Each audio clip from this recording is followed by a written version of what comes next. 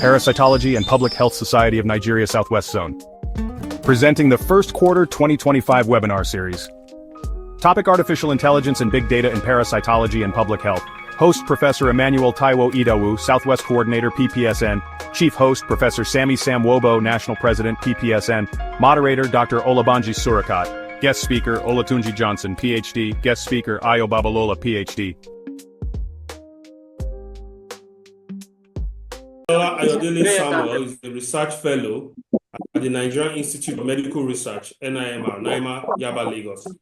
Dr. Babalola is an expert parasitologist with research interest in malaria and neglected tropical diseases. He is proficient in machine learning, random forest, Maxent, and artificial neural networks, as well as geostatistical modeling and geospatial tools for ArcGIS. He is currently leading cutting-edge research in vector-borne disease surveillance, onchocerciasis mapping, and malaria vector distribution. Additionally, Dr. Babalola has contributed in no little means to high-impact projects funded by the Gates Foundation and the Global Fund. He will be speaking on the social and epidemiological dimensions of malaria in the age of artificial intelligence. Distinguished colleagues, please join me in welcoming Dr. Babalola Ayodele Samuel. Dr. Babalola, the floor is yours. You can unmute your mic and begin your presentation.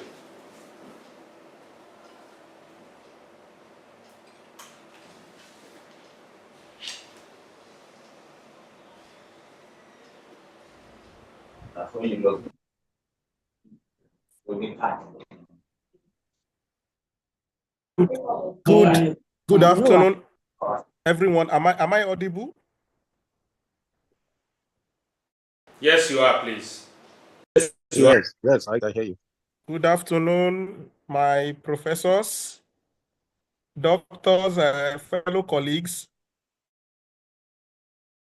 Grant to me to speak on this topic today. So I will be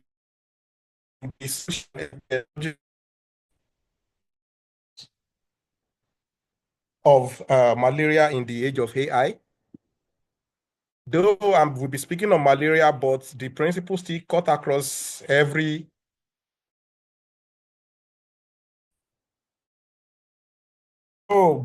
brief introduction. This and is afflicting a lot of mortality in Africa. And understanding the epidemiological landscape of malaria requires adequate knowledge of both treatment and prevention in areas of vector dynamics and control. And I become more prominent. Human intelligence was the primary source of knowledge over the years in fight against malaria, and even till now, that is what researchers are still trying to do, conducting a lot of research to actually.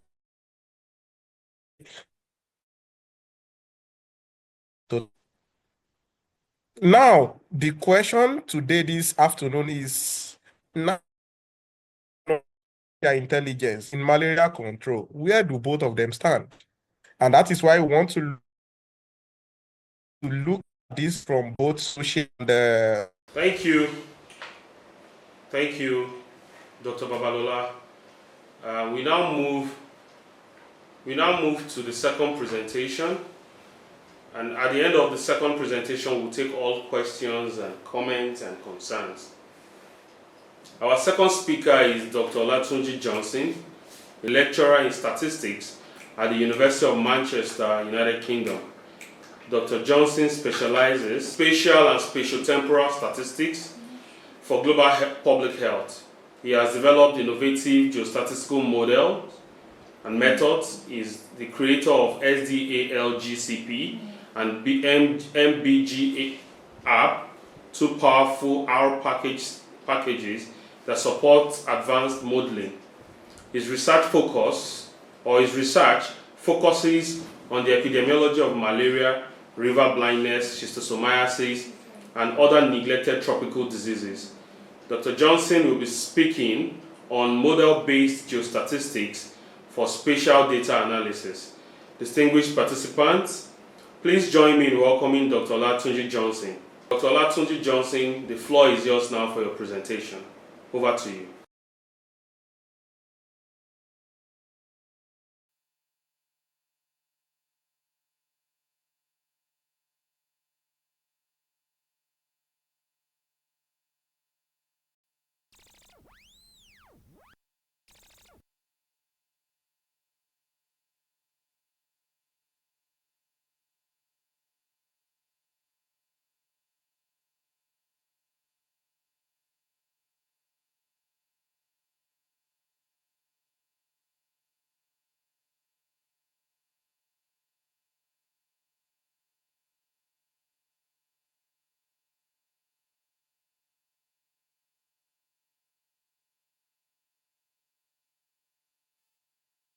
Spatial and spatiotemporal statistics for global health. He has developed innovative geostatistical models and methods. He is the creator of SDALGCP and MBGA app, two powerful R packages that support advanced modeling. His research focuses on the epidemiology of malaria, river blindness, schistosomiasis, and other neglected tropical diseases. Dr. Johnson will be speaking on model-based geostatistics for spatial data analysis. Distinguished participants, please join me in welcoming Dr. Olatunji Johnson. AI parasitology. I think this now speaks to my expertise. Statistician by training, and when I hear people say AI, I believe AI is essentially you can think about AI as an automated version of statistical learning. You can think about it as if I run my model, I develop a code to run my model, and I archive the code somewhere that it will perform the task for me repeatedly. It could be in a small sense, but it's definitely develop an AI ability. That's what you want. If you develop even just traditional linear regression, because when you talk about AI, you talk about machine learning, you talk about all these other areas, and all of them are actually premised on statistical models or statistical methods.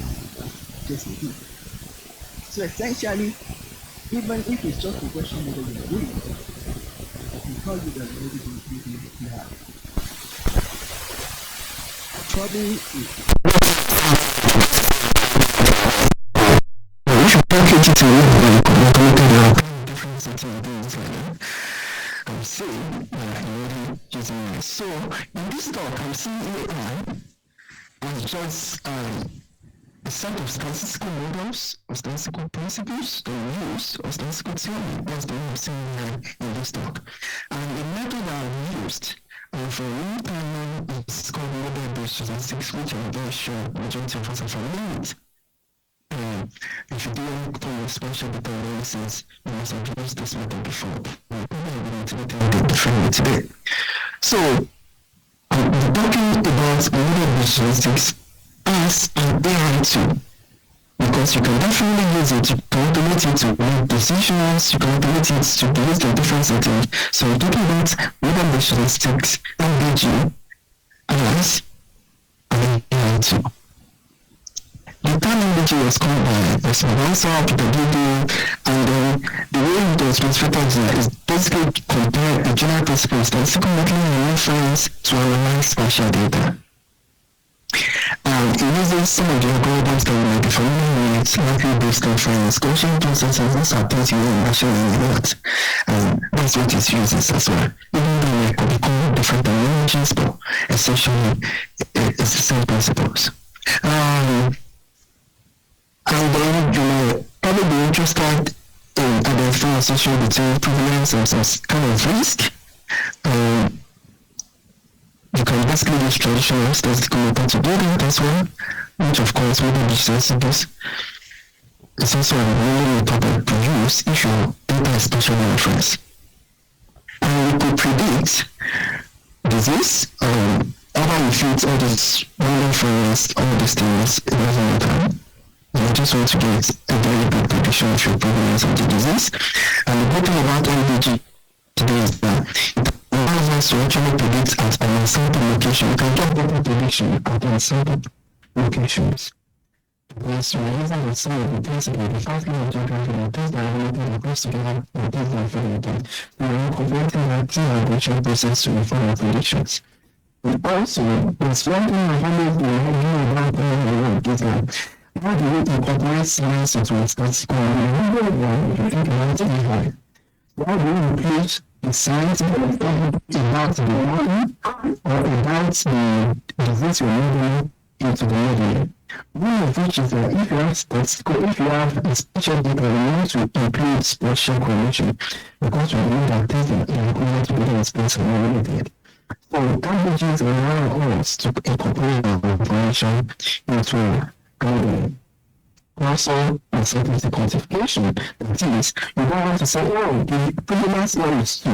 The prevalence here is 9.8, like 80%. You want to say the prevalence here is 20%. Or you want to tell them that the prevalence here could range between 0.2 and 0.8. So you want to quantify your estimate and your given with uncertainty.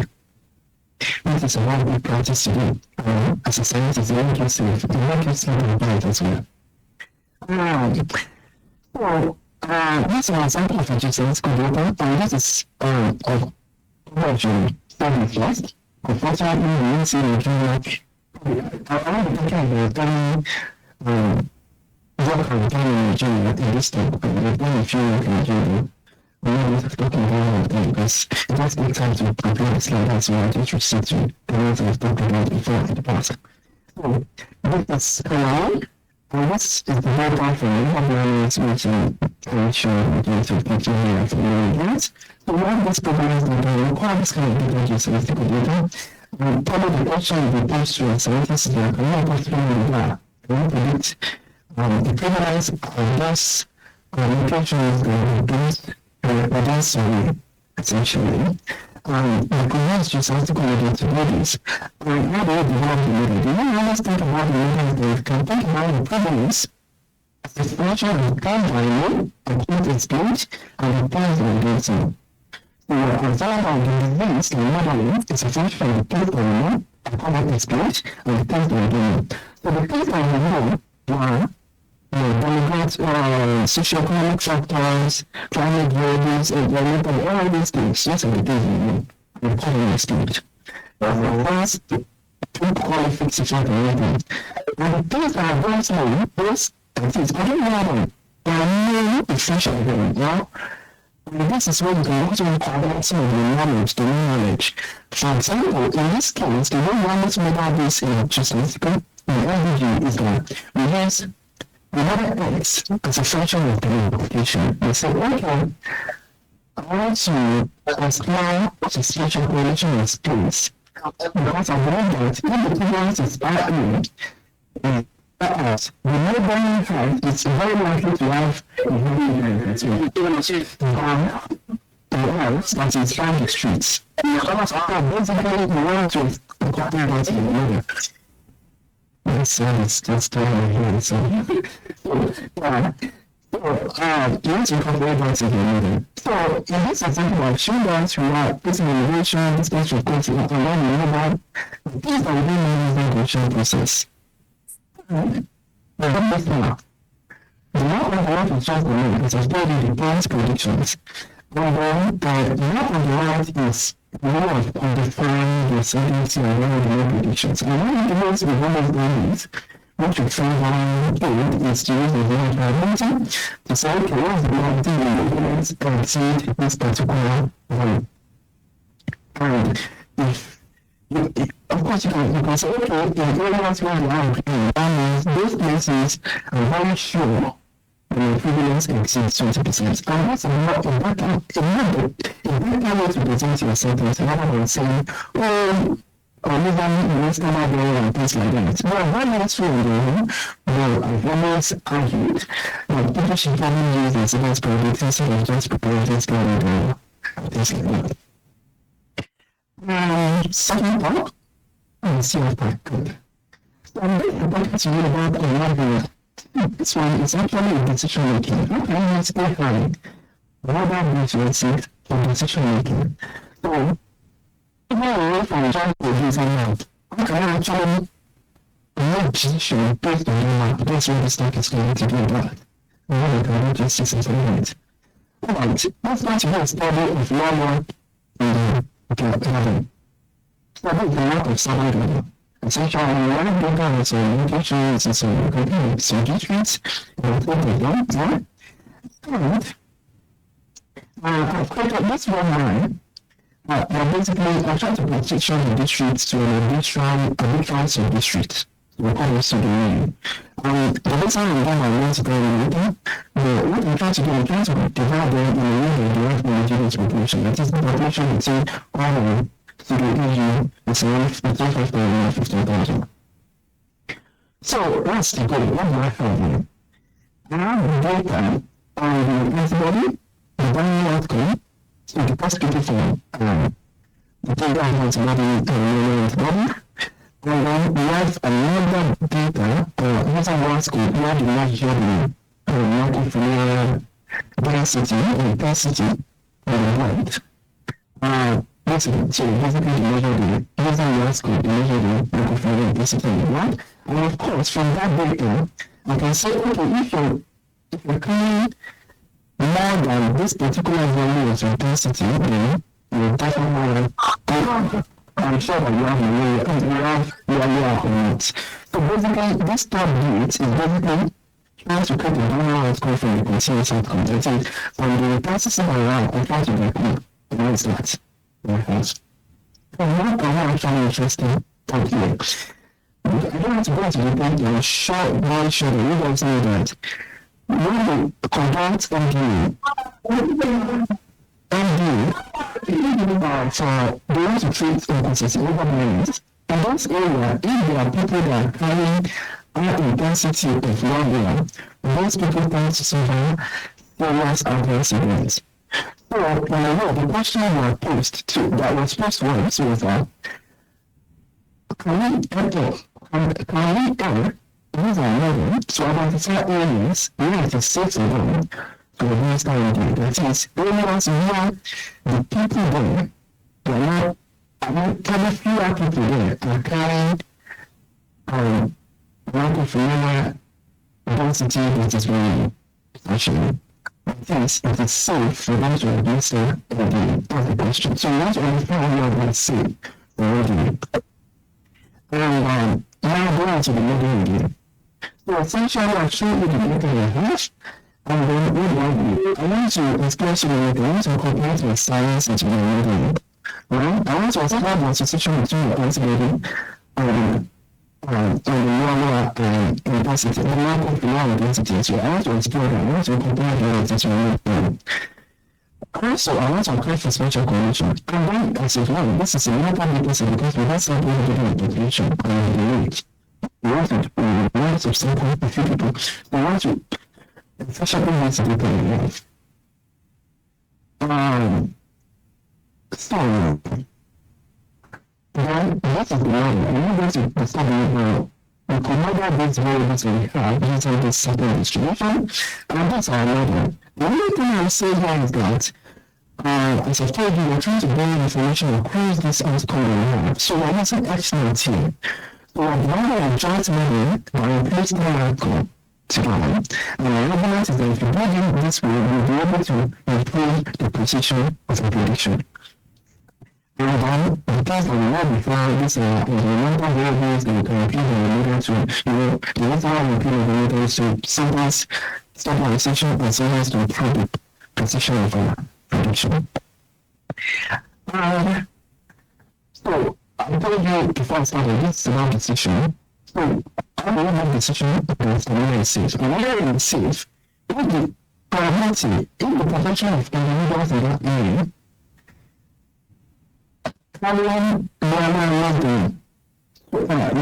intensity less than 20,000 is greater than 0.0. That is, if I'm very sure there are very few people, a small proportion of people, is carrying the language from one of the basic languages of the person. Sometimes it's very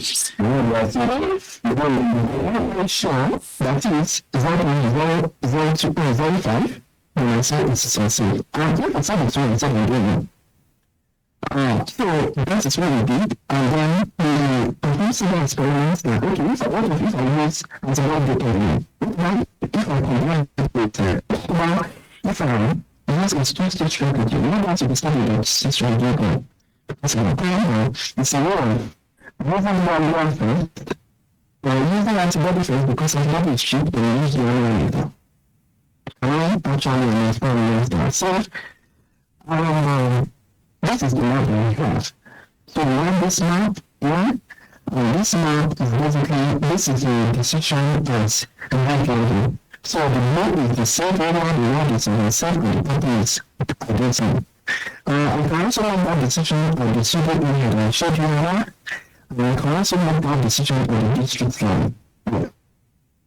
So we can actually use AI2 or whatever 6 to make decision to identify areas that are safe from the same person.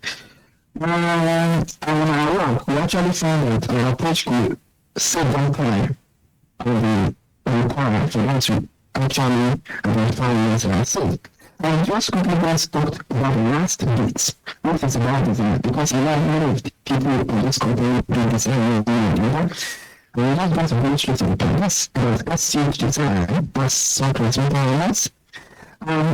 What everybody is usually interested in is that, okay, sometimes the number of people to sample is different than projects, but we're interested in where should I sample?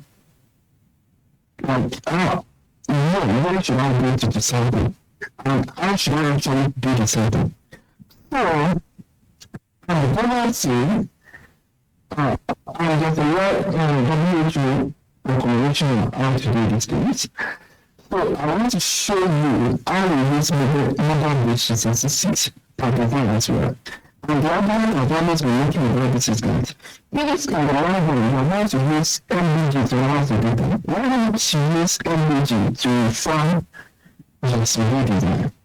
So it's to tell me where you should use something for you to get the best result, for you to get the best map, if not is really interested in. To get the best outcome.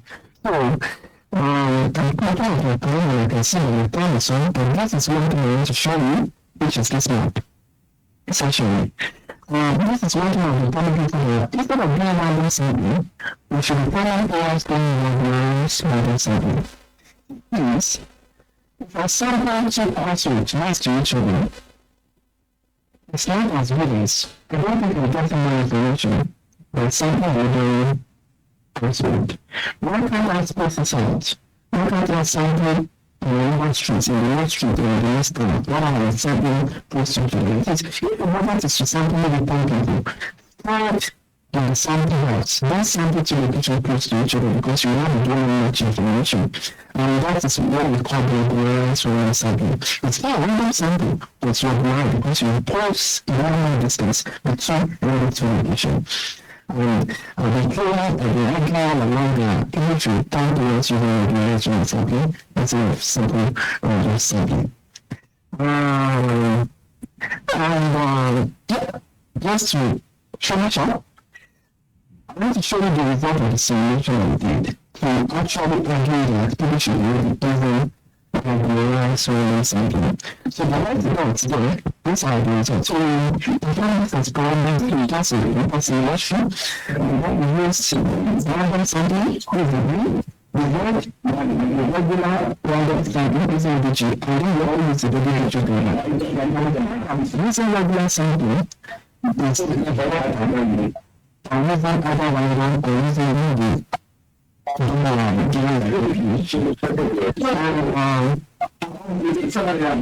thanks for listening. Thank you so much, Dr. Olatunji. Back to our conversation. We are grateful for these beautiful presentations. We now move to the question and answer session. Please feel free to raise your hands or type your question in the chat box. I'll read them out and direct them to the speakers. We have two speakers If you want to be specific, you can include in the bracket who the question is being directed to. The first speaker was Dr. Ayodele Samuel, while the other presenter is Dr. Olatunji. Briefly, let me tell you that the two presenters are great patriots. Dr. Babalola graduated from the Federal University of Agriculture, Abeokuta, while Dr. Olatunji graduated from Federal University of Technology, Akure, before sojourning to the United Kingdom for further studies. So the floor is now opened for questions. I'm waiting for questions to start rolling in so I can read them.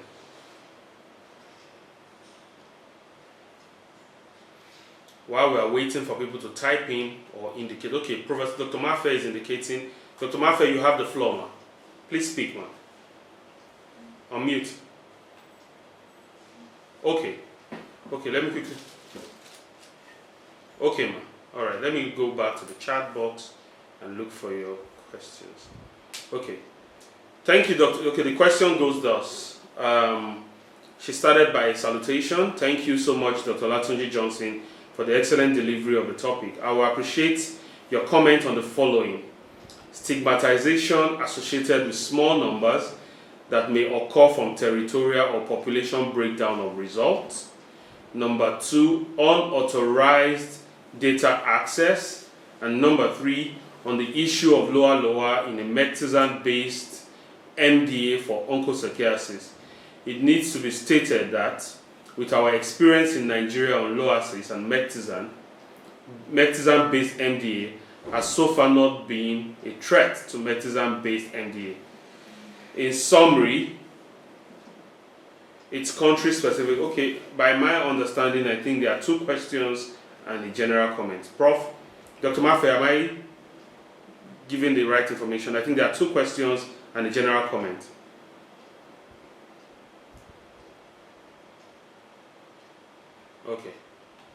Okay, I'm there right now. I can see it now. So, Dr. Babalola, this question is for you. She said, I have the following concerns which are mostly on ethics, data integrity, data safety, need for data sharing agreement between partners for the pool data. That's the first one. The second one is ethical implication of protecting confidentiality and respecting privacy, especially in view of pseudonymized data. The third one is legal aspects of data pooling, handling data breaches. So I think Dr. Babalola can, because the last presenter is still fresh, I think the last presenter should go ahead to respond to or take note of the question. I can see another hand up here, Mr. Olatunji Johnson. Mr. Omitola, you can ask your questions or put them in the chat box.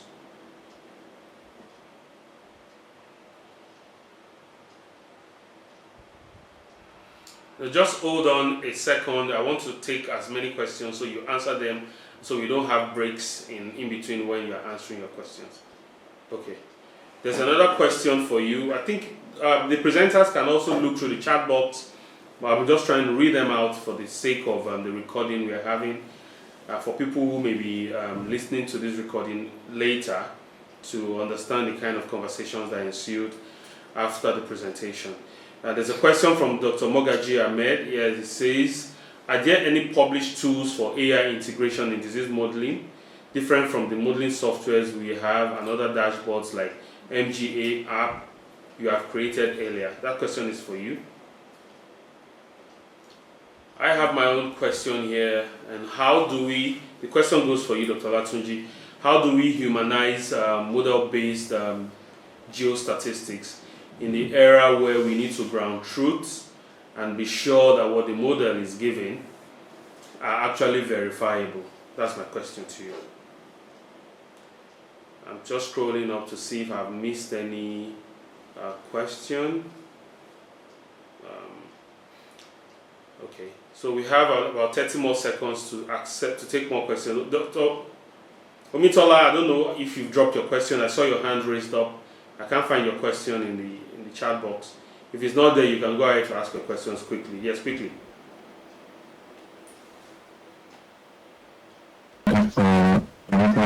Very excellent presenters with giving the representations in the first so let's take a so my first question was to the I'm thinking about the direction of the indicators and the quality. So to go a decision in public health issues.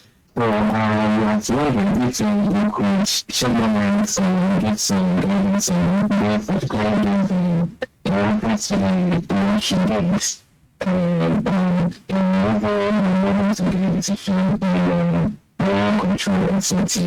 I think since people would give someone medical centers that are wanting data quality and able to make that national service and see I think it's actually a second question is Johnson.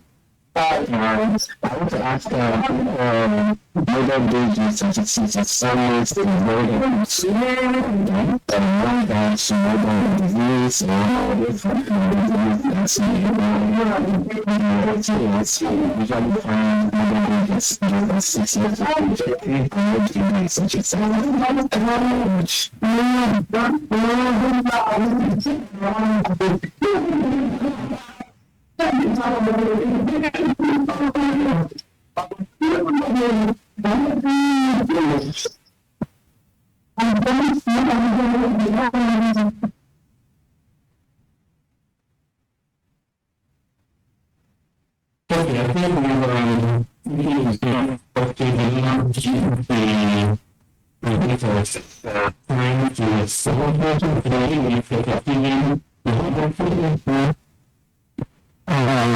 Alright, thank you very much. Now I'm just going to start from the first question about the transition associated with small numbers that will come from the operation that presents. If I understand clearly, I think this has to do with sometimes when for example, if you're dealing with someone with cancer, for example, and you find out that in a particular state, it's only 2 cases you have. And if I go, these 2 cases, I can't always report it, or you don't need to give something with it, basically. Because people can really be doing say, it's one of the other, or the same of the other, something like that. Okay, and I like to ask the thinking around this question. So, that's what I'm thinking about. So you're right, because I'm involved in huge data for EU-based COVID-19 vaccine, vaccine preparedness for physical outbreak. So, you know that many countries are contributing, but some countries have so few cases. But when you are looking at the data, country to country, there must be a leverage. So that's what we address today. That's even in UK as well, this it's a general practice that is not wrong, basically. Maybe you have to report small numbers, or if you have to report small numbers, sometimes we have to inflate it or just set it to zero, basically. But I think, as a statistician, if I was seeing people, and you want to make a decision, and that is why modeling is very important. There's an aspect of your model I'll show you, the parts I don't see. The parts that I don't see can actually account for so many things, which includes measurement error. Because I could hit that under measurement error. Because nobody will really do it, unless somebody will test like that. So there's an aspect of our modeling that we actually tease out this information, such that when we are predicting, when we are making a decision, we are adjusting for this fact in our decision. We are adjusting for this kind of variation heterogeneity that happens probably across country and differences that happen in reporting and the way those are collected and things like that. So I never said people should just do it rather than just take your data and map for them. No, don't do that. Put the model to it, because your model will be able to remove the variation, the noise essential decision making. And the second question about malaria, I think that's a very good thing, because of recent, got the data from Nigeria, Southeast Nigeria, and I found out that everywhere there is safe, basically. I don't think a lot of people are carrying identity of normal different. I don't think so. Because every looking at it, you can see that it's just reasonably fine. And the decision that we come, we try to, when we think about moving is that everyone is safe. We don't do it. So I completely agree with that. But some countries, there's this sort of disorder. So that's a very big comment. But from our experience, from what you guys are deploying, I think Nigeria, I think not many people are now trying to carry high density of malaria.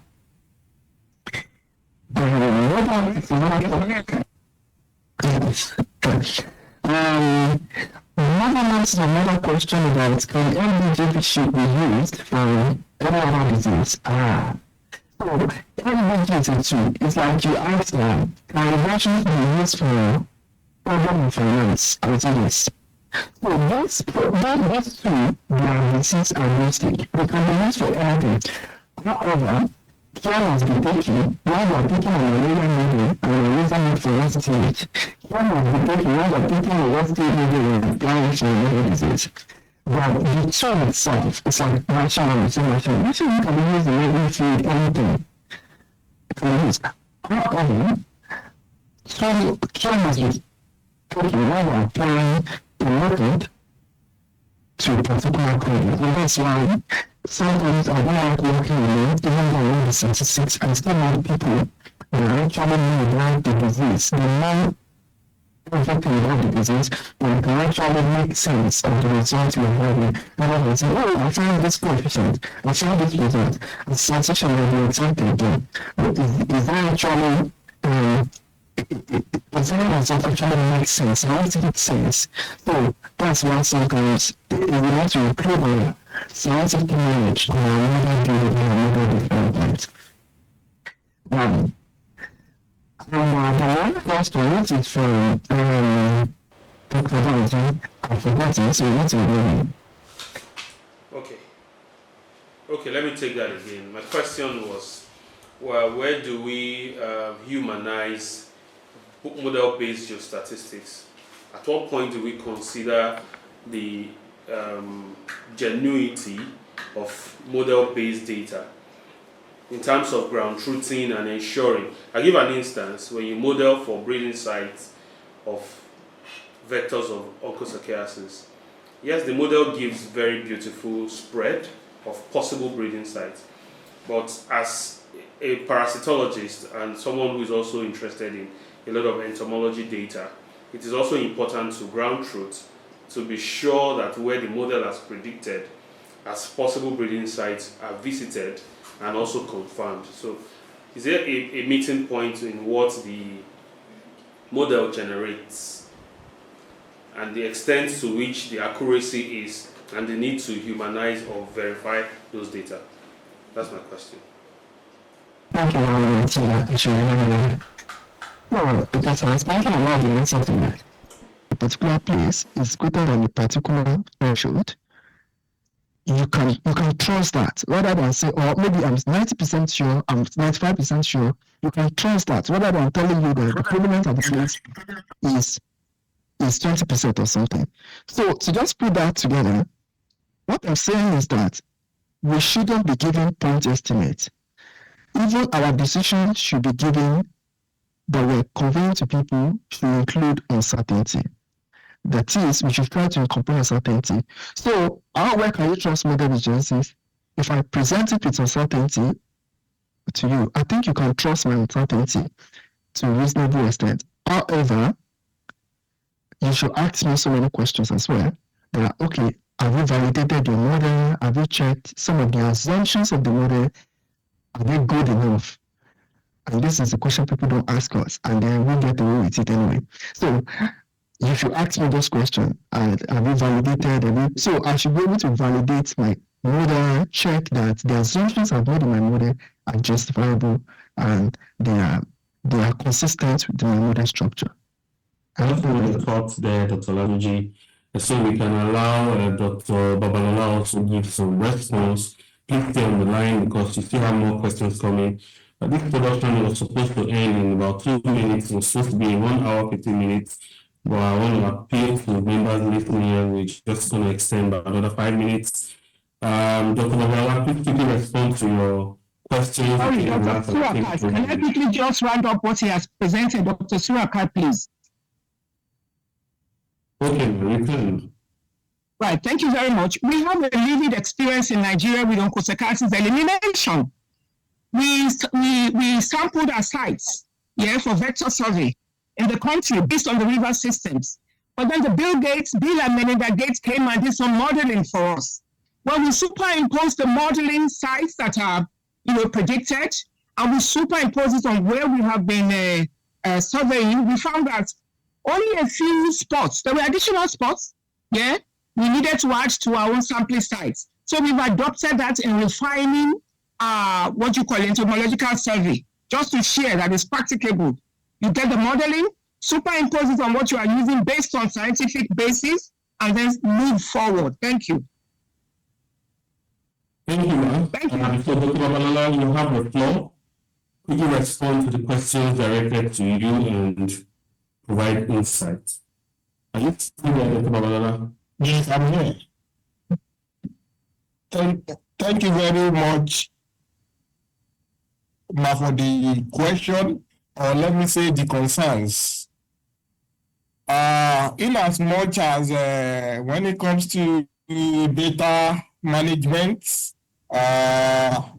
data integrity, I could still speak to some of it because of my little experience in data handling. So, data integrity, in fact, has been a major concern for both, especially statisticians, because once the data lacks integrity, it becomes problematic. For instance, I was working with a spatial data recently, and I discovered that somebody shared with me, and I discovered that the coordinates were cooked in one corner. So it was very frustrating that I had to call the person, tell me the truth. Did you actually pick this coordinate? And the person now said no. That they got the coordinate from Google Map or whatever. So data integrity is a major concern, and data safety, the need for, in fact, when it comes to data sharing agreement, is always a big problem. People betray partners that are working on the same project. I remembered when we want to do a model that involved both data from PMI sites and global fund sites. We couldn't for like a whole year because of their data protection policies and the like, data sharing policies. We couldn't get the data even up to now. So we have to go ahead and use the data that we have. It's a very, very important part of data sharing. So there should be, in fact, there should be a data sharing agreement between partners. When we want to put data together, it must be specified from the beginning. So also when we are talking about confidentiality, it is very, especially for pseudonymized data, it is very, very important, because if care is not taken, it can even lead to, at the end of the day, the identification of a such, and at the end of the day, it can also, it's still possible even when we pseudonymize data to, it's still possible to even still have what we call data breach, or exposing even participants if care is not taken. So those things are actually part as Dr. Olatunji, you still have quite some few questions. Because of our time and management of time, I'm going to keep the conversation open on our Facebook page of Parasitology and Public Health Society of Nigeria. People can migrate their questions there, and Dr. Olatunji can respond to the chat there. We need to bring this production to a close to respect the time and all the senior colleagues who have taken their time to join this presentation. Thank you all for your thoughtful questions and comments. And as we draw this insightful webinar to a close, I would like to sincerely thank our distinguished speakers, Dr. Babalola Ayodele Samuel and Dr. Olatunji Johnson, for their time and for sharing their expertise with us. My gratitude also goes to the National President of Parasitology and Public Health Society of Nigeria, Professor Sami Samwobo, the Southwest Zonal Coordinator, Professor Emmanuel Taiwo Idowu, and all the leadership of the Southwest PPSN. I thank you all for the opportunity to moderate. Thank you all for your continued leadership and support. To all participants, both on Zoom and Facebook Live, thank you for your attention and active contribution. On behalf of the Southwest Zone of PPSN, we hope today's discussion sparks fresh ideas and collaboration in leveraging artificial intelligence and big data to solve pressing public health challenges. Finally, I'm pleased to inform you that the date for the second quarter webinar will be announced in earnest, just as the webinar series of other zones within the country will be ongoing. It's seminar on rolling basis. I'm aware South will be presenting about next week or maybe the end of this week. So please stay connected with all our channels on Facebook, on Twitter, on LinkedIn for updates as regards Parasitology and Public Health Society of Nigeria. This is the oldest public health and parasitology society in the country. We date back for over 50 years. We have a journal index on Scopus and index on the African Journal Online. Our conference is scheduled to happen this year in University of Minna, and so you are open to submitting your abstracts for the conference. Thank you once again for being part of the event. Stay safe, stay curious. Goodbye. Parasitology and Public Health Society of Nigeria Southwest Zone. Presenting the first quarter 2025